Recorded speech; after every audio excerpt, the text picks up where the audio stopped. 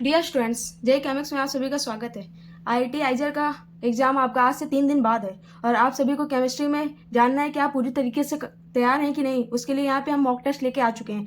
आपको इस mock test की फुल पीडीएफ हमारे टेलीग्राम चैनल पे मिल जाएगी। आप वहाँ से जाकर पीडीएफ डाउनलोड करें और उन क्वेश्चंस को लगाएं और जहाँ आप क्वेश्चन पे अटके उस क्वेश्चन का वीडियो आप आके यहाँ पे देख लें। और आइए स्टार्ट करते हैं मेरे साथ क्वेश्चंस को। तो यहाँ पे सबसे पहला क्वेश्चन है, the correct order of the basicity of for the heterocyclic compound given below. तो यहाँ पे उसने आपसे बेसिसिटी के बारे में पूछा है और आपको कहीं ना कहीं हर बार एक बेसिसिटी पे क्वेश्चन देखने को मिल जाता है। हेट्रोसाइक्लिक वो होते हैं जिनमें एक रिंग में कोई ना कोई कंपाउंड, नाइट्रोजन, ऑक्सीजन, ऐसे सल्फर कंपाउंड लगे हों, ये आपके हेट्रोसाइक्लिक होते हैं। तो बेसिसिटी में आपको पहला कंपाउंड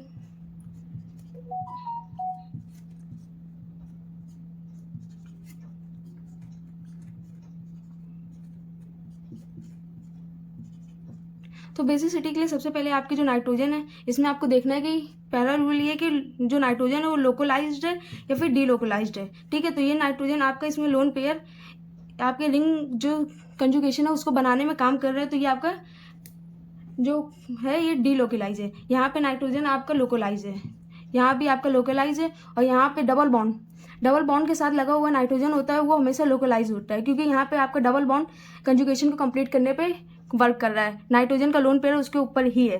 तो सबसे आपकी बेसिसिटी में आपका लोकलाइज्ड ज़्यादा होता है डीलोकलाइज से, लोकलाइज की बेसिसिटी। तो डीलोकलाइज वाला हमारा सबसे लास्ट में आएगा पहला। ठीक, उसके बाद आपके ये 3 बचे। तो इन 3 को देखने के लिए आपको sp3 और sp2 में पता होना चाहिए। तो आपका sp3 वाला की बेसिसिटी ज़्यादा होती है आपके sp2 से। तो ये वाला आपका जो नाइट्रोजन है ये sp3 है, ये भी नाइट्रोजन आपका sp3 है, ये वाला नाइट्रोजन आपका sp2 है। तो यहाँ से आपका जो फोर्थ वाला है वो आ गया। अब आपको कंपेयर करना है अपने सेकंड और थर्ड में। तो यहाँ पे आप देखिए सेकंड वाला जो है आपका ये 3 नंबरिंग है और यहाँ पे आपका जो थर्ड है वो 5 नंबरिंग है। तो आपका थर्ड वाला आगे होगा देन आपका सेकंड वाला। तो यहाँ से आपका ऑप्शन कौन सा सही होता है? ऑप्शन यहाँ से आपका सी सही होता है। यहाँ तक आपको क्लियर हुआ। अब आते हैं हमारे नेक्स्ट क्वेश्चन में, जिसमें उसने पूछा है the product of x and y is the above reaction. आपको एक रिएक्शन दी हुई है और उसने आपसे प्रोडक्ट एस और वाई पूछा हुआ है।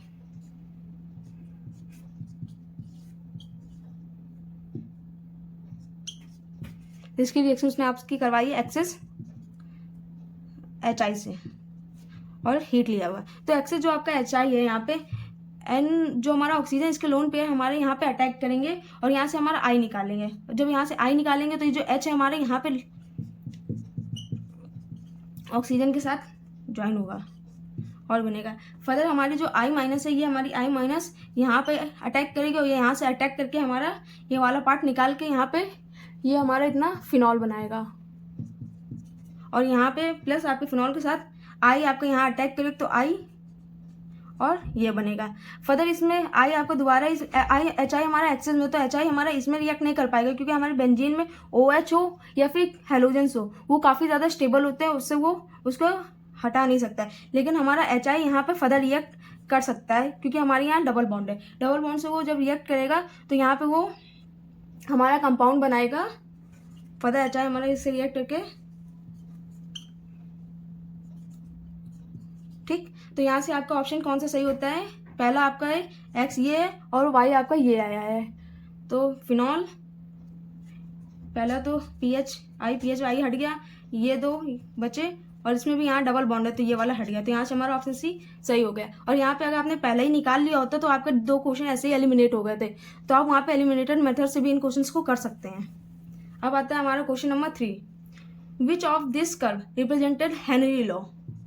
ये आपके सोल्यूशन चैप्टर का क्वेश्चन है। यहाँ पे आपको पर सब्जेक्ट यानी कि फिजिकल केमिस्ट्री, ऑर्गेनिक केमिस्ट्री और इनऑर्गेनिक केमिस्ट्री से आपको 5 क्वेश्चन पूछे गए हैं, जिसमें से आपको सोल्यूशन का आया है और इसमें आपको दिया हुआ है कि आपको इनमें से करना है कि कौन सा हमारा कर्व रिप्रेजेंट कर रहा है। तो हमारा हेनरी लॉ का फॉर्मूला होता है M = KP। यहाँ पे उसने लॉग की बात की है तो हम लोग बोथ साइड लॉग लेते हैं, both side taking log. Okay, log M = log KP। अब आपने लॉग की एक प्रॉपर्टी पढ़ी होगी MN = log M + log N। ठीक है। तो यही प्रॉपर्टी हम लोग यहाँ यूज़ करेंगे। तो यहाँ हम लिखेंगे log m equal to log k plus log p। तो ये आपका y बराबर mx प्लस c का कर्व रिप्रेजेंट हो गया, ठीक है। ये हमारी एक स्ट्रेट लाइन है जिसमें हमारा c है, ठीक है। m हमारा स्लोप यहाँ पे है, तो इसका हमारा क्या बनेगा रिप्रेजेंट, एक मिनट, यहाँ से हमारा कर्व जो है माइनस नहीं है, पहला में हमारा जो कर्व दिखा रहा है वो माइनस निगेटिव में दिखा रहा है, तो हमारा ए गलत होगा। सेकंड, ये हमारा कर्व स्ट्रेट लाइन नहीं है, तो बी भी हमारा यहाँ से गलत होगा। अब बचा सी और डी, दोनों स्ट्रेट लाइन है और दोनों इंक्रीजिंग में। तो यहाँ पे जो आपका सी है वो आपको दिया हुआ है लॉग के, और यहाँ पे आपका 0 से स्टार्ट है, तो यहाँ से ये गलत हुआ क्योंकि आपका यहाँ पे ये लॉग सी दिया हुआ है, उसने बोला कि ये 0 से नहीं है, तो यहाँ से आपका ऑप्शन डी सही हो गया। अब हम आते हैं हमारे 4th क्वेश्चन पे, जिसमें उसने पूछा the internal energy of substance does not depend upon. हमारी जो इंटरनल एनर्जी होती है सब्सटेंस की वो किस पे डिपेंड नहीं करती है। तो ऐसे क्वेश्चन में आप सबसे पहले जहाँ नॉट फॉल्स दिया हो उसको अंडरलाइन कर लें, क्योंकि बच्चों को यहीं पे सबसे ज़्यादा गलती होती है। दूसरा, ये आपका थर्मोडायनेमिक्स का क्वेश्चन है और आपसे IIT है वो आपसे कॉन्सेप्चुअल क्वेश्चन ज़्यादा पूछता है, ना कि न्यूमेरिकल, क्योंकि वो जानते हैं कि बच्चे न्यूमेरिकल क्वेश्चन 6-7 करने के बाद उसे करने का कॉन्सेप्ट आ जाएगा, इसलिए वो आपका देखते हैं कि आपका कॉन्सेप्ट कितना अच्छा क्लियर है। तो आपको ऐसे क्वेश्चन ज़्यादा से ज़्यादा अच्छे से करके जाने हैं।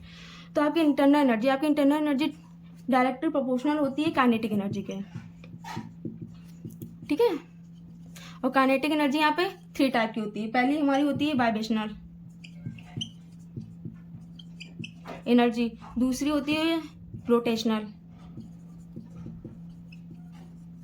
और तीसरी वो होती है ट्रांसलेशनल एनर्जी, ठीक। तो यहाँ पे आपकी ट्रांसलेशनल है, वाइब्रेशन है, रोटेशन है, लेकिन यहाँ पे उसने ग्रेविटेशनल एनर्जी की कोई बात नहीं हुई। तो यहाँ पे आपका किस पे डिपेंड नहीं करता है, ग्रेविटेशनल एनर्जी। तो यहाँ से ऑप्शन आपका सही हुआ, ठीक है। आपको नॉट ढूंढना था, तो ऑप्शन सी यहाँ से सही हुआ। अब आता है आपका 5th question, which of the following ion is the strongest oxidising agent. इसमें आपको बताना है ऑक्सीडाइजिंग एजेंट कौन सा तो ये आपका इनऑर्गेनिक केमिस्ट्री में डी ब्लॉक का है, जिससे आपको हर साल एक क्वेश्चन देखने को मिलता है। तो आपको EU2+ का है, Tb4+, लुथेशियम 3+ और सीरियम 3+। ये आपके ए ब्लॉक के एलिमेंट हैं और आपके इसी तरीके डी ब्लॉक के एलिमेंट्स भी पूछे जाते हैं, ठीक। तो पहले इसका इलेक्ट्रॉनिक कॉन्फ़िगरेशन आपको पता होना चाहिए सभी का।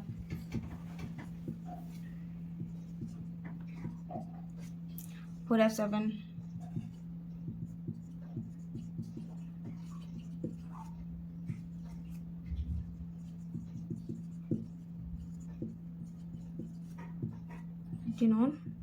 नोबेल के हिसाब से, ठीक है। और जब अगर आपने NCERT पढ़ी होगी DNM ब्लॉक की, तो वहाँ पे आपको साफ साफ लिखा होता है जो आपका EU2+ होता है ये स्ट्रॉन्ग रिड्यूसिंग एजेंट होता है, ठीक है। क्योंकि EU2+ आपका U+ होता है, उसकी होती है जिनॉन 4F7 और उसके बाद 6S2, ठीक है। तो यहाँ का जब आपका 2 लेते हैं तो इसको हटा देते। 4F7 आपका स्टेबल कॉन्फ़िगरेशन है क्योंकि हाफ फील्ड है, ठीक है। हाफ फील्ड आपका अच्छा खासा होता है स्टेबल, तो ये आपका स्ट्रॉन्ग रिड्यूसिंग एजेंट है। और यहाँ पे उसने आपसे ऑक्सीडाइजिंग एजेंट पूछा है, तो यू यहाँ से हट गया, ठीक। अब हो गया।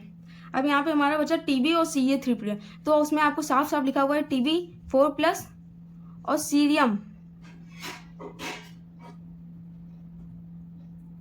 +4 आपका स्ट्रॉन्ग ऑक्सीडाइजिंग एजेंट होता है। तो यहाँ सीरियम +3, अगर सीरियम +4 होता है तो ये भी होता है, तो यहाँ से हमारा TB+4 स्ट्रॉन्ग ऑक्सीडाइजिंग एजेंट होता है।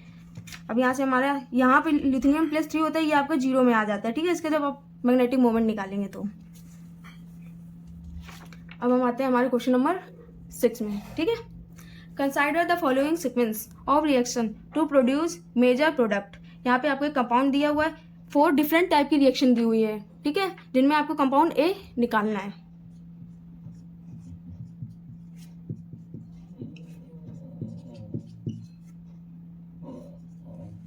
पहला है Br2Fe।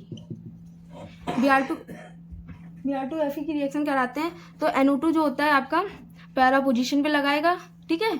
और CH3 होता है, मतलब NO2 हमारा या तो मेटा पोजीशन पे लगाता है या पैरा पोजीशन पे लगाता है। CH3 होता है वो आपके ऑर्थो पोजीशन पे, नहीं तो पैरा।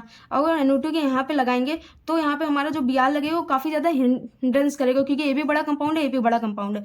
तो हमारे यहाँ पे Br जो है वो यहाँ लगता है।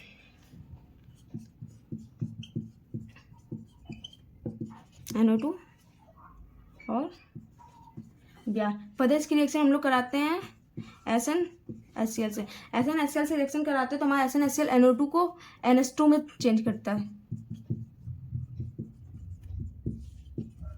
यहाँ हमारा NH2 आता है। SnCl2 के बाद उसने हमको रिएक्शन दी है NaNO2 और HCl की। NaNO2 HCl हमारा BDC रिएक्शन है, यानी कि बेंजोनियम डाइक्लोराइड प्रोसेस बनाने की ये रिएक्शन है। इस पर अगर आपको डिटेल वीडियो चाहिए तो हमारे चैनल पर ऑलरेडी अपलोडेड है, और उसके लिंक हम लोग डिस्क्रिप्शन में लगा देंगे, तो वहाँ जाकर डिटेल में देख सकते हैं। ठीक है, वो यहाँ पे हमारा NH2 होता है, NH2 से वो हमारी रिएक्शन करता है तो उसको वो N2+Cl- में बनाता है। ठीक है, N2+Cl-, और Br से रिएजेंट नहीं करते हैं, Br वैसे ही लिखा रहेगा। फर्दर इसकी रिएक्शन हम लोग कराते हैं H3PO2 H2O से। तो H3PO2 हमारा होता है रिड्यूसिंग एजेंट। क्या होता है? Reducing agent. ये हमारा इसको पूरी तरीके से गायब कर देता है, और हमारी लास्ट में रिएक्शन बचती है CH3Br। तो हमारा यहाँ पे जो फाइनल प्रोडक्ट है A, ये बना। अब उसने आपसे क्या कहा है? Molar mass of product A। जो आपको प्रोडक्ट A है इसका मोलर मास आपको फाइंड करना है। ठीक है, तो मोलर मास के लिए आपका Br की वैल्यू उसने आपको 80 दी हुई है। 80। कार्बन कितने हैं? एक यहाँ पे कार्बन 1 2 3 4 5 6 और 1 7। ठीक है, 7 कार्बन है, और एक कार्बन का 12 होता है। 12 × 7 84। ऑक्सीजन देखो यहाँ पे हमारी कार्बन की वैलेंसी पूरी ही है, क्योंकि अगर इसको हटाएंगे तो हमारे यहाँ ऐसे लोन पेयर आएगा। ठीक है, तो हमारा यहाँ पर हाइड्रोजन, यहाँ हाइड्रोजन, यहाँ, तो 4 ये 3 ये, ठीक, 7 टोटल। जब इसको ऐड करेंगे तो हमारा टोटल आंसर आएगा 171। एक मिनट, 171। तो आपका इसका आंसर हो गया 6 का 171 फाइनल आंसर। ठीक है, आई होप आपको यहाँ तक अच्छे से समझ आया हो। अब आते हैं हमारे क्वेश्चन नंबर 7 में, जिसमें उसने हमको दिया हुआ है arrange the following compound in increasing order their dipole movement. तो यहाँ उसने आपकी डायपोल मूवमेंट की बात की है। ठीक, और आपको compound HBr, H2S, NF3, CH3। तो इसको पहला तो आप ऐसे, जब इसका कंपाउंड बनाएंगे तो Br है, Br हमारे इलेक्ट्रोनेगेटिव है, ये अपनी तरफ जो इलेक्ट्रॉन घसीटेगा और ऑक्सीजन हाइड्रोजन है वो भी इसी की तरफ ही करेगा। ठीक है, तो ये हमारा डायपोल मूवमेंट इसका होगा। H2S है सल्फर का, तो जब इसका डायग्राम बनाएंगे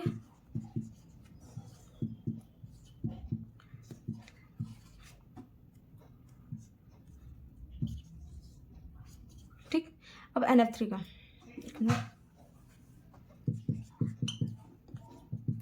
NF3 का बनाएंगे तो F इधर इधर, सभी इलेक्ट्रोनेगेटिव हैं, सब अपनी तरफ इलेक्ट्रॉन खींचेंगे। ठीक है, तो यहाँ से, और हमारा लास्ट बता CH HCl और इसका भी इधर। तो यहाँ से NF3 सब अपनी अपनी तरफ घसीट रहे, तो इसका जो डायपोल मूवमेंट है सबसे कम होगा। तो NF3 का आपका डायपोल मूवमेंट सबसे कम होगा। उसके बाद आता है आपका HBr, H2S और CH3Cl3। तो इसकी वैल्यू आपको पता होनी चाहिए, नहीं तो आप कॉमन सेंस भी लगाएंगे तो डायपोल मूवमेंट। और यहाँ क्लोरीन काफ़ी बिग साइज है हमारा CH3 क्लोरोफॉर्म का सबसे ज़्यादा होता है डायपोल मूवमेंट। इसके बाद हमारा डायपोल मूवमेंट में आता है हमारा ये वाला NF3 हो गया। उसके बाद हमारा HBr होता है और H2S होता है। ठीक है, तो यहाँ से आपका ऑप्शन भी सही होता है। और इनकी आपको डायपोल मूवमेंट की वैल्यू वैसे तो याद नहीं रहती है बच्चों को, लेकिन हमारे NCERT में गिवन है। ठीक है, तो आपको पता होनी चाहिए। हमारी HBr की 0.78 डायोप्टर होती है, म्यू की। हमारी H2S की होती है 0.95 डायोप्टर। NF3 की होती है 0.24 डायोप्टर। और हमारी क्लोरोफॉर्म की सबसे ज़्यादा होती है। ठीक है, कुछ समथिंग। ठीक, तो यहाँ तक का आपका ऑप्शन 7 होगा, 7 क्वेश्चन। अब आते हैं हमारे क्वेश्चन नंबर 8 में, और यहाँ तक कि आपकी हाफ सेंचुरी कंप्लीट होती है। और इसी तरीके के लिए वीडियो के लिए आप हमारे चैनल पर बने रहें, और नए हैं तो हमारे चैनल को सब्सक्राइब करें, साथ ही बेल आइकन दबाना ना भूलें।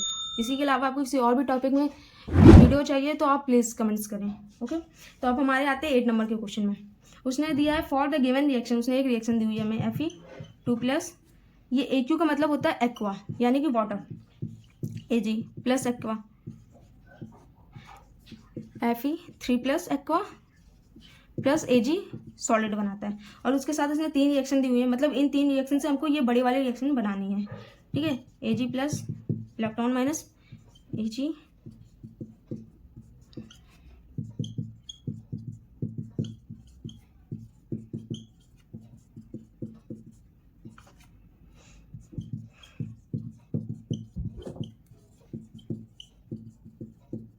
बोल। ठीक है, तो आपको पता होना चाहिए जो E होता है, पहले तो इसको ऐसे बनाना कैसे। तो इसमें Fe2+ Ag+ ज्वाइन है, ठीक है, प्लस में, तो इन दोनों को ऐड करेंगे, प्लस ये इधर की ओर है तो इन दो जो इसका प्रोडक्ट आएगा उससे इसको सब्ट्रैक्ट करेंगे। तो पहले Ag+ Fe2+ इलेक्ट्रॉन जोड़ेंगे तो 3 electron turns to Ag+ Fe। ठीक है, इसके बाद इसको इससे सब्ट्रैक्ट कर देंगे। जब इसको इससे सब्ट्रैक्ट करेंगे तो हमारा 3 इलेक्ट्रॉन है, 3 इलेक्ट्रॉन कट जाएगा। ठीक, Fe से Fe हमारा कट जाएगा, बचेगा क्या हमारा Fe2+ प्लस हमारा Ag+। ठीक है, उसके बाद हमारा कहाँ गया, ये Fe3+ टर्न्स टू Fe3+ और ये Ag। ठीक है, ये आपका यहाँ पे इतना बचेगा, तो आपकी ये रिएक्शन बन गई। अब यहाँ तो हो गया होगा आपका नोट। ठीक, तो यहाँ पे आपका E है, अगर आपको लगता है E ऐड करें और माइनस करें तो ऐसा नहीं होता है, इसको हम लोग ΔG से ऐड और सब्ट्रैक्ट करते हैं, क्योंकि हमारा ΔG और ΔG हमारा एडिटिव प्रॉपर्टी शो करता है और ΔE हमारा एडिटिव प्रॉपर्टी शो नहीं करता है। ठीक है, तो यहाँ फॉर्मूला लगाएंगे ΔG1 बराबर ΔG2 प्लस ΔG3। ठीक है, तो यहाँ पे सबकी ΔG की वैल्यू लिखते हैं। सबसे पहले वाले की लिखते हैं, जो इन दोनों को हमने ऐड किया है। ठीक, तो ΔG का फॉर्मूला होता है -NFE। ठीक, तो माइनस का माइनस N, हमारा यहाँ पे N क्या होता है, नंबर ऑफ इलेक्ट्रॉन, तो यहाँ एक ही इलेक्ट्रॉन है तो 1 इंटू F दिया नहीं है E। ठीक है, हमारी E की वैल्यू यहाँ पे x है, x।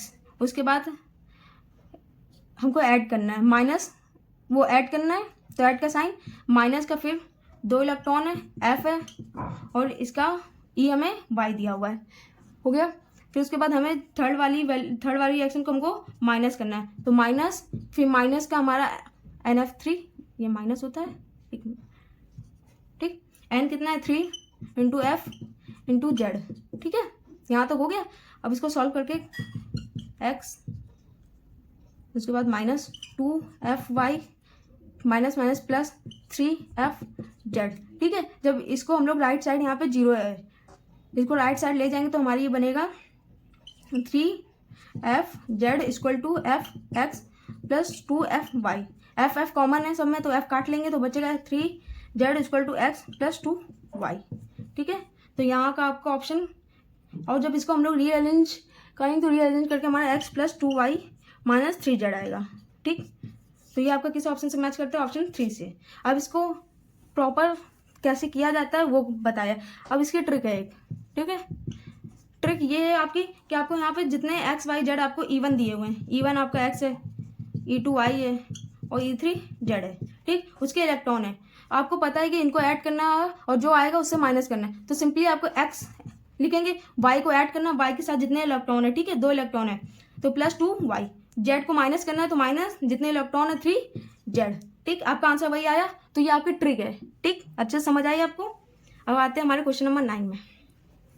Consider a hypothetical case, एक हमने हाइपोथेटिकल केस दिया उन्होंने, in which the charge of proton, proton का charge is twice as that an electron, हमारा प्रोटॉन का जो चार्ज है वो ट्वाइस है इलेक्ट्रॉन के, proton is twice that at an electron, मतलब हमें मान लो प्रोटॉन का चार्ज x है तो हमारे इलेक्ट्रॉन का चार्ज होगा 2x, प्रोटॉन का twice. Using the hypothetical case, how many proton, neutron and electron world are neutral 23 Na, हमें इसका बताना है। ठीक, तो Na हमारा सोडियम, हमारे सोडियम में इलेक्ट्रॉन 11 होते हैं ठीक, और प्रोटॉन भी 11 होते हैं। लेकिन यहाँ उसने हाइपोथेटिकल केस बोला है, तो हमारे इसके प्रोटॉन x यानी कि हमारे इसका प्रोटॉन 11 है, तो इलेक्ट्रॉन उसका 2 टाइम होगा, यानी कि 22।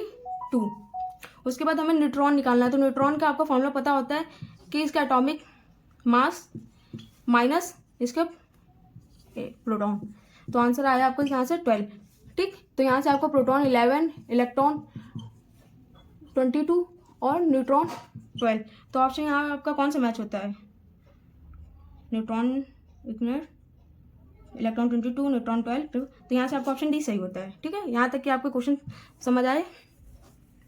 अब हमारी ये सीट कंप्लीट होती है। अब आते हैं हमारी नेक्स्ट सीट पे, ये ठीक है। यहाँ पे 9 क्वेश्चन हो चुके हैं। अब यहाँ से 10 क्वेश्चन स्टार्ट होने वाला है। तो पहला है हमारा क्वेश्चन बायोमॉलिक्यूल्स का, जिसमें आपको मैचिंग दी हुई है।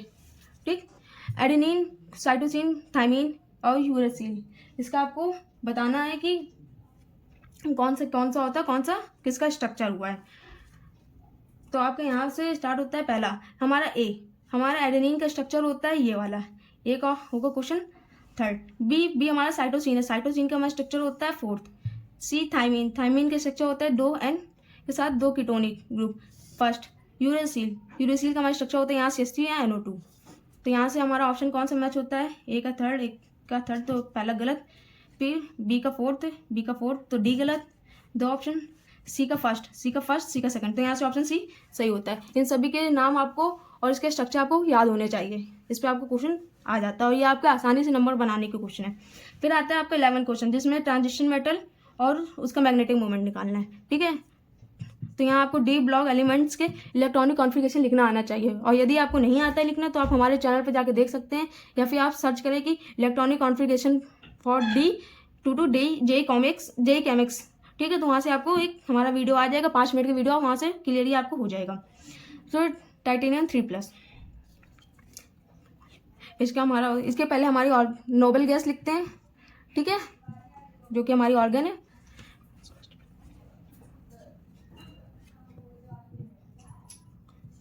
(4s2) titanium 4s2 3d3।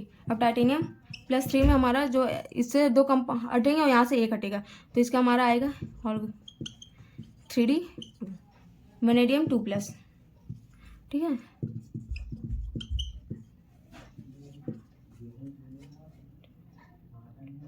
Sorry यहाँ 2 होता है।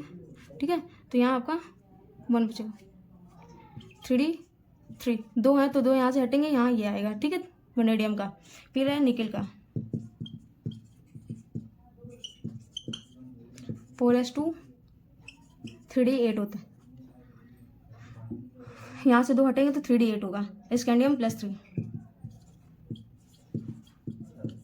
4s2 3d1 होता है, यहाँ से 3 इलेक्ट्रॉन हटेंगे तो यहाँ हमारा D0 होगा। ठीक है, ये आपको पता होना चाहिए। अब इसके इलेक्ट्रॉनिक कॉन्फ़िगरेशन, वो मैग्नेटिक मोमेंट का फॉर्मूला होता है √N+2। ठीक, तो हमारा स्कैंडियम का है D0 है, तो D0 यानी कि हमारे यहाँ पे इलेक्ट्रॉन भी 0 होंगे, तो इसका फॉर्मूला पहले निकालेंगे 0 + 2, तो इसका आंसर आएगा 0। तो हमारा स्कैंडियम का होता है ऑप्शन सेकंड, तो डी का सेकंड लो, यहाँ से पहले ही ऑप्शन आपका सही होता है, बाकी आपके गलत यहीं से होते हैं, इसलिए आपको निकालना आना चाहिए। ठीक है, इसी तरीके के लिए मैंने बता दिया, आप बाकी सबके भी निकाल सकते हैं। अब आते हैं हमारे क्वेश्चन नंबर 12 में।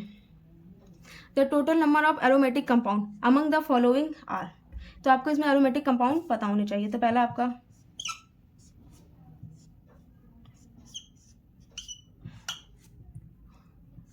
पहली बात तो आपको एरोमेटिक कंपाउंड देखने के लिए आपको इसके रूल पता होने चाहिए, जो कि आपका एरोमेटिक का पहला रूल होता है हैकर रूल, जिसमें आपको 4n+2 पाई इलेक्ट्रॉन होना चाहिए। दूसरा होता है ये प्लेनर होना चाहिए, और इस पर अगर आपको डिटेल वीडियो देखनी है तो आप हमारे चैनल पर जाके सर्च कर सकते हैं, आपको वहाँ पे इस पर डिटेल वीडियो मिल जाएगी एरोमेटिक की। तो पहला आपका स्ट्रक्चर है, ठीक, 2 इलेक्ट्रॉन 2+2 4 6 8 और 10। ठीक, तो ये आपके क्या उसमें 4n+2 में करता है। n की वैल्यू हम क्या रखेंगे यहाँ पे, n की वैल्यू 2 रखेंगे तो हमारा 10 पाई इलेक्ट्रॉन तो आ जाएगा, यानी कि हमारे ये हैकर रूल को तो फॉलो करता है, लेकिन यहाँ पे ये हमारा प्लेनर नहीं है, ये हमारा दूसरा रूल फॉलो नहीं करता है, क्योंकि ये हमारा यहाँ प्लेनर नहीं है।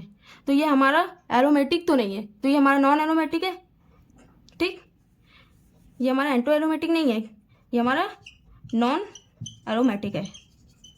अगर इसकी जगह इसके जो दोनों H हैं वो आपस में ज्वाइन कर दें, यानी कि इसका स्ट्रक्चर ऐसे कुछ बना दें हम, ऐसे, तो ये वाला जो कंपाउंड बनेगा ये हमारा एरोमेटिक होगा, क्योंकि फिर ये हमारा प्लेनर हो जाएगा। यहाँ तक आ गया समझ। अब हमारा सेकंड क्वेश्चन है, यहाँ पे हमारा 2 पाई इलेक्ट्रॉन है और फुल कंजुगेशन भी है, क्योंकि यहाँ पे हमारा पाई है फुल कंजुगेशन, तो ये भी हमारा एरोमेटिक हुआ, ये हमारा नॉन एरोमेटिक है। ये वाला है, इसमें 2 2 2 हमारे 6 पाई इलेक्ट्रॉन है। अब आप कहोगे यहाँ पे ट्रिपल बॉन्ड है, तो हमारे ट्रिपल बॉन्ड में जब हमारे ट्रिपल बॉन्ड होते हैं तो उसमें केवल हम लोग 2 पाई इलेक्ट्रॉन ही गिनते हैं। ठीक है, तो ये भी हमारा एरोमेटिक हुआ। ये पायरीन, इसमें जब आप पायरीन का स्ट्रक्चर देखते हो तो इसमें बीच वाली जो बॉन्ड होती है इससे आपको कोई लेना देना नहीं है, क्योंकि ये आपके कंजुगेशन में भाग नहीं लेती है। ठीक, तो आप केवल बाहर वाले कंपाउंड देखेंगे तो ये भी आपका एरोमेटिक कंपाउंड है। ये आपका कंजुगेशन तो पूरा कर रहा है, लेकिन ये आपके 4n+2 रूल को फॉलो नहीं कर रहा है, तो ये भी ये आपका नॉन एरोमेटिक कंपाउंड है, वो सॉरी एंटी एरोमेटिक कंपाउंड है। ये आपका एरोमेटिक कंपाउंड है। फिर से ये आपका एरोमेटिक कंपाउंड तो है, लेकिन ये अपने आप को फुल स्टेबल करने के लिए खुद को टफ शेप में बना लेता है ऐसे, और ये कहता है कि मैं टफ शेप में बन के नॉन एरोमेटिक बन जाऊंगा। ठीक है, क्योंकि इसको एंटी एरोमेटिक नहीं बनना, तो ये हमारा नॉन एरोमेटिक। तो यहाँ से आपके कितने कंपाउंड एरोमेटिक हैं? 1 2 3 4, तो ऑप्शन डी सही हो गया। अब आते हैं हमारे 13 क्वेश्चन पे, जो हमारी फिजिकल केमिस्ट्री में केमिकल काइनेटिक है, और इससे आपको हर साल ये क्वेश्चन देखने को मिलता ही मिलता है, तो काफ़ी इंपॉर्टेंट है। और अगर आपको इस चैप्टर के PYQ चाहिए तो आप हमारे चैनल पर जाके देख सकते हैं, आपको फिजिकल केमिस्ट्री के सभी चैप्टर्स के PYQ मिल जाएंगे। तो क्वेश्चन क्या है? Time required for completion 99.9% of first order is time of half, कितना टाइम लगेगा हमारे ये हाफ होने में? तो पहले इसके 2 मेथड है। पहला तो एक इसकी ट्रिक बताऊंगा, दूसरा ये है कि इसका पूरा डिटेल एनालिसिस। तो सबसे पहले इसको डिटेल में बताते हैं, फिर इसकी ट्रिक बताएंगे। तो method 1 for first order reaction, तो इसका फॉर्मूला आपको पता होना चाहिए, KT = log A0/AT। हमारा ये जो A0 होता है, ये होता है इनिशियल कंसंट्रेशन ऑफ A, और AT होता है हमारा concentration of at time T। तो ये हमारी इनिशियल होती है और ये टाइम T की कंसंट्रेशन होती है। ठीक है, तो इसका फॉर्मूला हम लोग लगाते हैं, T 99.9 का और T हाफ का, log 100 माइनस 99, क्योंकि इनिशियल हमारी 100 ही होती है, बाद में हमारी ये होती है 100/50। जब आप इसको पूरा सॉल्व करेंगे 100/0.1 इसकी वैल्यू होगी यहाँ पे log 2, क्योंकि इसको ऐसे डिवाइड कर देंगे तो यहाँ से वैल्यूज क्या आएगी log 2। तो इसको पूरा सॉल्व करने के बाद आपका आंसर आएगा 10। तो यहाँ से आपका यहाँ पे आंसर होगा 10। ये आपका मेथड 1 था। अब आता है आपका मेथड 2, जो कि आपका डायरेक्ट ट्रिक मान लीजिए, या फिर डायरेक्ट आपका यहाँ पे कॉन्सेप्ट लगता है। 10 × T 50 टाइम, ये आपकी वैल्यू होती है। तो यहाँ से आपको पता हो गया कि आपकी यहाँ पे टाइम की वैल्यू n यहाँ पे 10 है। अगर आपको इन सब का पूरा वीडियो चाहिए तो आप कमेंट करें, इस पर आपको हर एक 99 हो या 80 हो T टाइम, आपका T 50 में आपको पूरी वीडियो लाई जाएगी। ठीक है, अब हमारा आता है question number 14, the statement that are correct about the species. हमको स्पीसीज दी हुई है O2 minus F minus Na+ and Mg2+। उसने पहला क्या पूछा है? ऑल आर आइसोइलेक्ट्रॉनिक, क्या ये सभी आइसोइलेक्ट्रॉनिक है? तो देखते हैं। ऑक्सीजन के हमारे 8 इलेक्ट्रॉन होते हैं, उसमें 2 और आ गए तो हमारे कितने हो गए? 10। फ्लोरीन में हमारे 9 होते हैं, 1 माइनस और आ गया तो कितने हो गए? 10। सोडियम में हमारे 11 होते हैं और 1 चला गया इससे, तो हमारे इस पे कितने बचे? 10। मैग्नीशियम में 12 होते हैं, लेकिन इससे 2 चले गए तो बचे कितने? 10। तो यानी कि हमारे सब में जो इलेक्ट्रॉन है वो सेम है, यानी कि हमारा ऑप्शन ए तो सही है, हमारे ये आइसोइलेक्ट्रॉनिक है। Option B, all have the same nuclear charge, बिल्कुल नहीं, क्योंकि न्यूक्लियर चार्ज में कैसे सेम हो सकता है किसी का, क्योंकि वेट तो सबका अलग अलग है, तो हमारा यहाँ से भी गलत होता है। अब आता है हमारा क्वेश्चन नंबर वो option C, O2 minus has the largest ionic radii. तो आप लार्जेस्ट आयनिक रेडियाई में होता है हमारे जो माइनस वाले होते हैं जैसे आपको माइनस चार्ज जितना ज़्यादा उसकी इलेक्ट्रॉनिक आयनिक रेडियस उतनी कम, प्लस चार्ज जितना ज़्यादा उसकी आयनिक रेडियाई उतनी कम, माइनस चार्ज जितना ज़्यादा उसकी आयनिक रेडियाई उतनी ज़्यादा। तो ये आपका हैशटैग बीएसपी पॉइंट है, इसको लिख लीजिए, ठीक। तो O2 has the largest ionic radii, क्योंकि O2 में हमारा नेगेटिव चार्ज सबसे ज़्यादा है, तो ये सही हुआ। M2 plus has the smallest ionic radii, तो जितना ज़्यादा माइनस चार्ज उतनी कम रेडियाई, तो ये भी हमारा सही हुआ। तो ऑप्शन A C D किसमें है? थर्ड। तो यहाँ से हमारा ऑप्शन थर्ड सही हो गया। अब आते हैं हमारे लास्ट क्वेश्चन पे। The following complex ion absorb in the ultraviolet visual region of light, which one of this so violet colour. तो ये आपका कोऑर्डिनेशन केमिस्ट्री का क्वेश्चन है इनऑर्गेनिक में, और इसमें आपको कलर कंपाउंड के लिए आपकी जो एनसीईआरटी उसको अच्छे से पढ़ना पड़ेगा, ठीक। तो इसमें आपको उसने पूछा है कि कौन सा कलर है जो विजुअल जो वायलेट कलर का है। तो यहाँ पे आपका जो CH3CO है ये आपका वायलेट कलर का, तो यहाँ पे आपका ऑप्शन नहीं आपका ये वाला वायलेट कलर का, तो यहाँ से ऑप्शन सी आपका सही होता है। और अगर आपको एनसीईआरटी के पूरे कलर कंपाउंड चाहिए कि कौन किस कलर के होते हैं, तो उसके लिए कमेंट करिए, आपको पूरी इनऑर्गेनिक केमिस्ट्री के कलर्स कंपाउंड के नाम बता दिए जाएंगे। और यहाँ तक कि आई होप आपके लिए ये वीडियो हेल्पफुल रहा होगा। और भी आपको कोई वीडियो पे चाहिए किसी स्पेसिफिक टॉपिक पे, तो आप कमेंट करें। और प्लीज़ इस मॉक टेस्ट को सीरियसली लें, क्योंकि इसमें आपको आपकी केमिस्ट्री के पूरे टॉपिक को कवर करने की कोशिश की गई है, ताकि आपका कोई भी कॉन्सेप्ट छूटे नहीं, चाहे फिजिकल हो, इनऑर्गेनिक हो, ऑर्गेनिक हो, आपके सारे कॉन्सेप्ट क्लियर हुए हैं। और अगर ये आपके लिए हेल्पफुल रहा है तो प्लीज़ कमेंट करें, ताकि हमें भी मोटिवेशन मिले इसी तरीके के लिए और भी वीडियो के लिए। Thank you.